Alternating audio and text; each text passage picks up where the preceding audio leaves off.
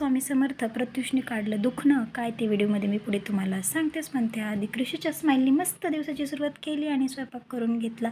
चपाती भाजी केली आणि त्यानंतर मला दुपारी काहीच शूटही करता आलं नाही, कामही करता आलं नाही. वंचीवालाही वेळ भेटला नाही, कारण प्रत्युषचं काय दुखत होतं ते आम्हाला कळतच नव्हतं.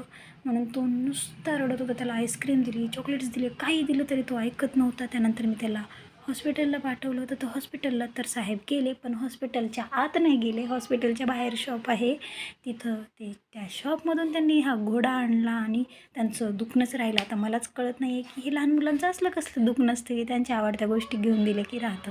त्यानंतर डॅडा कामावून आला आणि तो डॅडालाही घोडा दाखवत होता. आणि त्यानंतर डॅडाशी घोड्यासोबत काहीतरी मस्ती केली, कारण आमच्याकडे सगळ्या गाड्या होत्या पण घोडाच नव्हता. जाऊ दे, ती इच्छाही पूर्ण झाली. त्यानंतर लागली साहेबांना भूक, तर साहेबांनी मस्त अशी एक खजूर जाऊन स्वतः हाताने घेऊन डब्बा आला. त्यानंतर केलं जेवण. जेवणामध्ये मी मुगाचं वरण आणि भात केला होता.